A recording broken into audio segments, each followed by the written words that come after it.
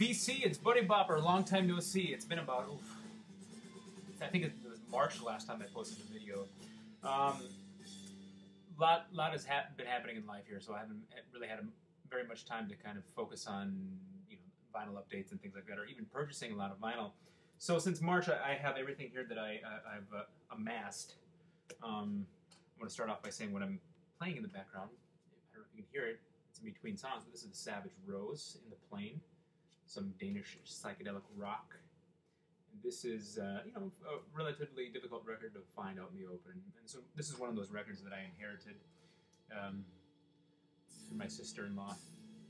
Her dad's record collection. Remember that video, that massive vinyl haul? Yeah, so I'm enjoying that right now. I got the day off. I'm doing an internship, so that's part of the reason why I haven't been spending a lot on music. I have zero income right now, so we're kind of pinching our pennies for everything that we have here. So I got a lot of CDs that I got at a garage sale, and I bought some new CDs, and I got a stack of records here. And there are some records that I know that are filed away that I don't, I forgot that I purchased, that I'm probably not going to be able to show you here in this video. So I'm just the ones that I remember, and then I'll just get started with the vinyl. Okay, now this one I wasn't sure if I showed you in my last video or not. I kind of wrote everything down. But this is Death Cab for Cutie's new album, Kintsugi. This is actually the, I was lucky to get the first press. One of them is on white vinyl, and the other one is on a gold vinyl. So, yeah, I was really happy to get that, to see that when I ordered it. I ordered it off Amazon, actually, and I really wasn't expecting to get the limited edition version. And I can't remember how limited the colored vinyl pressings are, but it's a pretty good album. It's their first album without their one of their founding members. I can't remember his name. Sorry. Many of you probably already know it. He quit the band and just kind of wanted to, relax and not focus on a lot of the Death Cab for Cutie stuff anymore. And this one, I can't remember if I showed you or not, but this is one of my favorite albums of the year. This is Sufjan Stevens' Carrie and Lowell. Amazing album. I love it. It's very possible that I did show you this a while back. I just can't remember. It's on black vinyl. Speaking of Sufjan Stevens, I got to see Sufjan Stevens in concert. I saw him at the Eau Claire Music Festival. A lot of you probably have already heard of it or saw some of my videos that I posted, from the live performances. I got to see Charles Bradley, Sufjan Stevens, Bon Iver, a band called Fox. They're from Wisconsin. Really awesome. The Lone Bellow. The Tallest Man on Earth, which blew my mind. I've been a huge fan of him forever. The Indigo Girls were there. Sturgill Simpson, that was amazing. Yeah, there were just so many good artists playing there. It was just such a great experience. If they do it again next year, I'm definitely going to go. These are a couple of Record Store Day albums that I didn't even think I was going to be able to get. That I just somehow, I just walked in there at the end of the day. I was up in the cities, and the only two things I was really interested in, I got right away. This one is the Mighty Mighty Boss Tones, Question the Answers. This one is on blue vinyl. This is an album I listened to a lot in my teenage years. I have it on CD as well, and I've had that CD since it came out. Love this album. Really awesome ska, like hardcore ska album. This is a record that came out in the early 2000s that I had on CD as well. I really dug it, and I always thought it sounded really unique. This is Guided by Voices, Do the Collapse. It was produced by Rick Ocasek from The Cars. It's on like a yellowish gold vinyl. It's very kind of like indie rock. Kind of that weird period in the early 2000s, like after the 90s, it was kind of like still kind of indie rock oriented, but then all this new technology was coming out to make new and interesting sounds, like synthesizing sounds or like sampling machines that were a lot different than what you heard, like just the samples lifted from other music in the 80s and 90s, like you heard. So it was really interesting time in music. So if you go back to that period of time, like the first 5 years of the early 2000s, you can kind of hear that, which is really interesting. I am going to show you some other. Here, I'm going to pull these up. I got a couple used pieces, oops, and a couple new pieces. I'll show you one of the new ones here. I got this a band I heard on The Current called Dawes. It's called All Your Favorite Bands.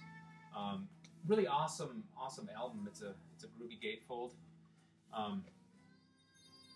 kind of like American rock, just in that kind of vein, that genre. Really awesome stuff. I really highly recommend checking this album out. All Your Favorite Bands. Really good stuff. Another new LP, which I was really excited to get, and I didn't realize this record was even coming out. I've been so disconnected until I saw Rob Iolovax post on the Facebook page this version on compact disc. I think he had. This is Frank Turner, Positive Songs for Negative People. Absolutely love this guy's music. He's he's like, he wears his heart on his sleeve. He's very punk influenced, but he also can do acoustic-y type, punk influenced folk, I guess you could say. Really awesome. I highly recommend checking that out. These are some used pieces that I found out in Wild, which I was really happy to get. This one, I've been wanting a copy of this forever. This is original pressing. This is Badfinger, straight up. Really awesome record by these guys. Some of the songs that are on here. Suitcase, Day After Day's on there. And that song, Baby Blue. That was at the end of Breaking Bad, for those of you who watched that show. Just a great record all around. I love this album. It's considered to be one of their best, too. This one, I had no idea who this was, but I picked it up, and yeah, it's really cool. This is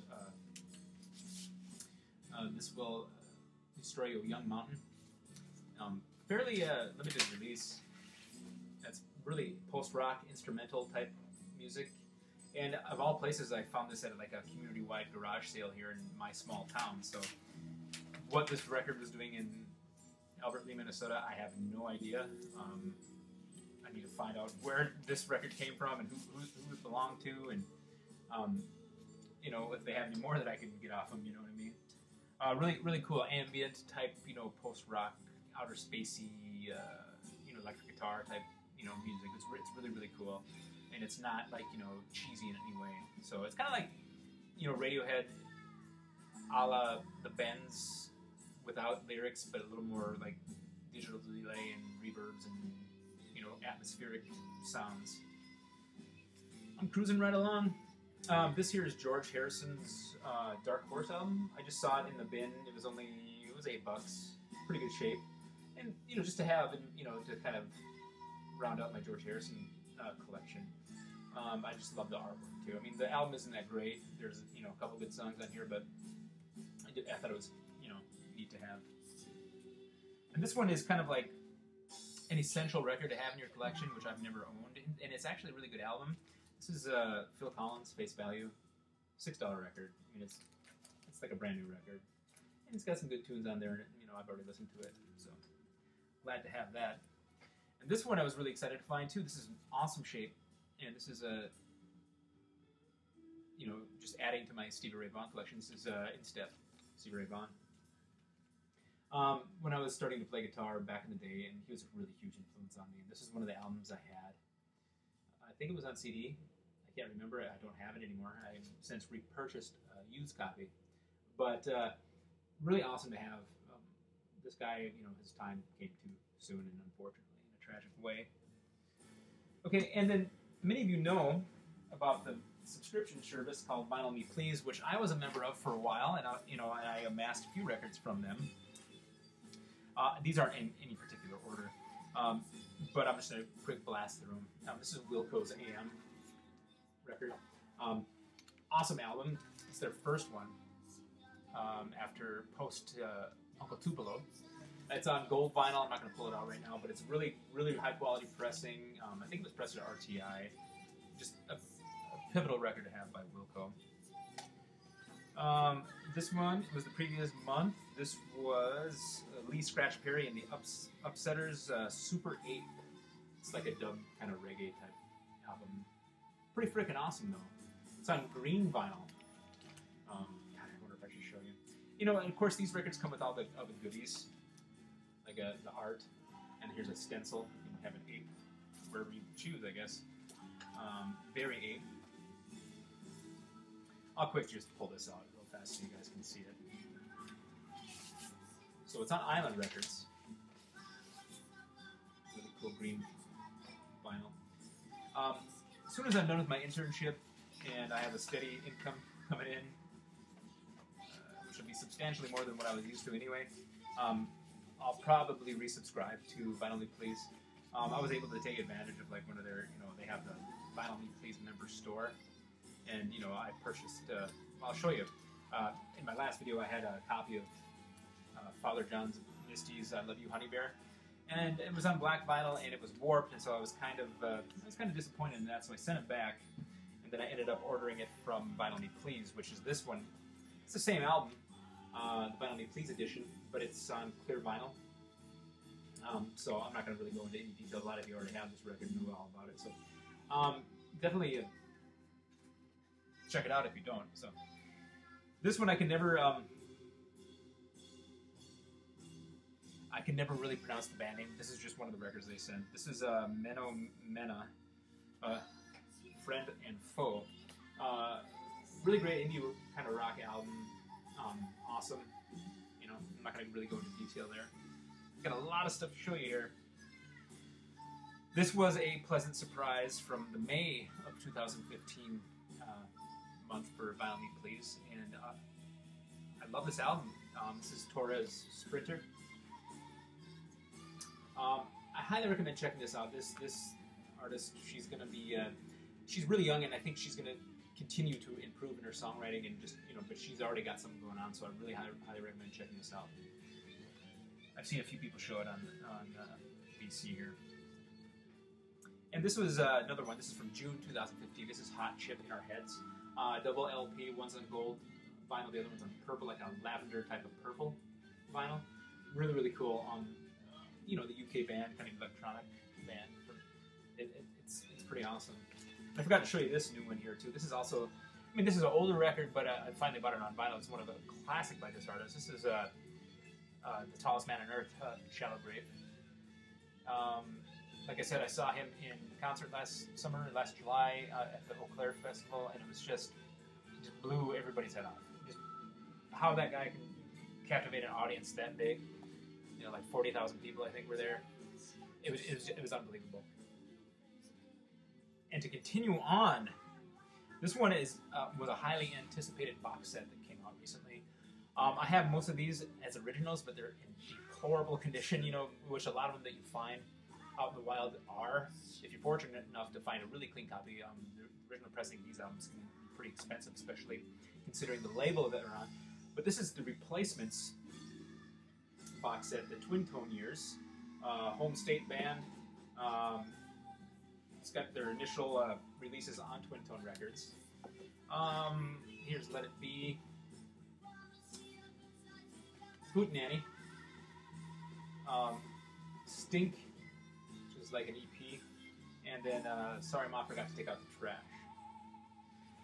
Yeah, it's a good box set. I've listened to a couple of the records on here yet. The quality of the packaging, I mean, it's pretty good. The album covers, you can tell that, I don't know, they're not on the money as far compared to the original. They look like a photocopy of a photocopy kind of. They look kind of cheap, compared to the originals. How lustrous they were, and the deepness and the richness of the colors and the blacks and the. So yeah, I can see how they could cut costs on some of these. Okay, compact discs. This is a new one by Beirut. No, no, no. It's pretty good album.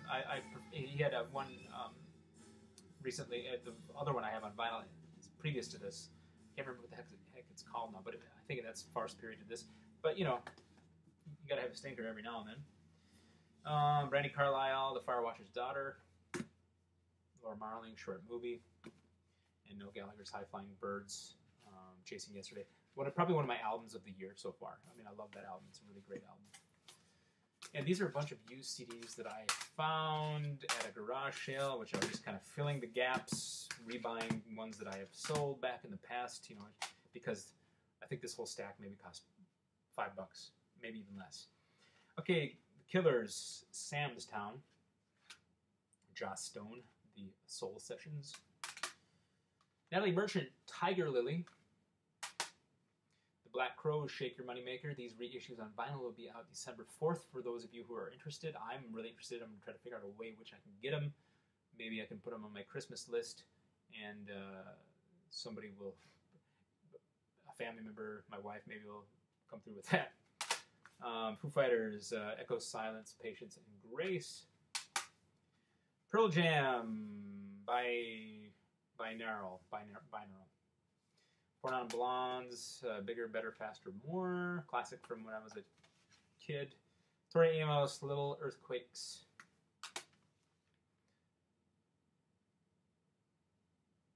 R.E.M. Eponymous. Kings of Leon, Come Around Sundown. Just a have. Say Anything, it's a Real Boy. U2, Zooropa. Say Anything in Defense of the Genre. Foo Fighters, In Your Honor. This one really pissed me off because I can't rip it into my computer because it has that. Remember when they did the idiotic copy protection? It's so dumb. This is a classic from my coming up years. Letters to Cleo, Aurora Borealis. And then Panic at the Disco, A Fever You Can't Sweat Out. This was, I don't know why I got some of these, but I got them just to have in the collection. Music is music, and if you can get it really cheap without pirating it or to have it in your collection, why not, right? I mean, it's basically all those are like $5 maybe, you know what I mean, $4 or $5. So yeah, that's what I've been up to. So yeah, I don't know when it's probably gonna be another 6-7 months before I put out another video. Like I said, I've been doing an internship, which is occupying all my time.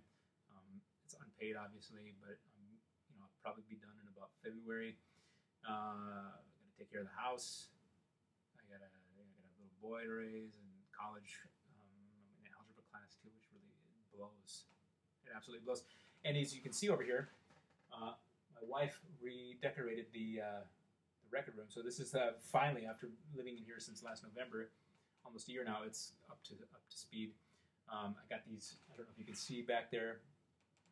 I got these vintage KLH speakers at a garage sale in Lake City, Minnesota. They had another citywide garage sale. Lake City is on Lake Pepin in Minnesota. I don't know if you know or even care, but they're in pretty rough shape. I walked up to the guy, and these speakers were $5 for the pair of vintage KLH speakers. And I'm like, do these speakers work? And he's like, yeah, my dad used to have them in his garage, and that's what he listened to. And so they hooked him up. I got to hear them. I was like, yeah, I'll take these. They're really rough. The cabinets were in really deplorable condition, faded and scratched. So when I got them home, first thing I did is I ran to Home Depot, bought some, like some sandpaper, some steel wool, wood stain, some finish, and some wax, wood wax. I sanded them all down, refinished them, and they look absolutely immaculate. I think they're mahogany cabinets, which is really, really cool. The grill cloth, though, I cleaned them, I washed them the best I could. There's some staining on them. Totally, totally original. And as you can kind of see in this room, this house is built in like the mid 60s. So a lot of this, like the wood paneling here, is like total mid-century type of thing. So just having the vintage, the vintage thorns back there, and the vintage Sansui amp, these like vintage lamps, and these pseudo cartoony vintage posters, and the vintage speakers. This room has become the place to sit and chill and relax and listen to music. My son loves coming down here and dancing around to whatever record I put on. He's dancing, he's getting down. It's hilarious. He loves it, so I'm glad he loves music. So yeah, thank you to my wife for helping me out with this. I just moved that one Expedit 2x2 closer. I wanted to center everything, but she's like, no, we got to redo this room. She totally redecorated it and made it just the place to be. You know what I mean? I love it. I love it down here. So especially at the end of the day when you got nothing going on, you can just sit and relax and listen to music. Yeah, so that's all I got. I kind of blasted through the music real quick, and I'm sure I'll probably be listening to some tunes later on and like dig through here and find a record. Like, oh crap, I forgot to show this one, so I might have to show it again on my my next video, whenever that will be. But it's great to see you guys. I'm watching your videos on the go here when I can. I just haven't been replying or doing any comments or anything. Just for the sake of time, I got a little downtime now. But yeah, drop me some comments, say hello. Nice to see you guys again. Hope everyone is doing well, and take care.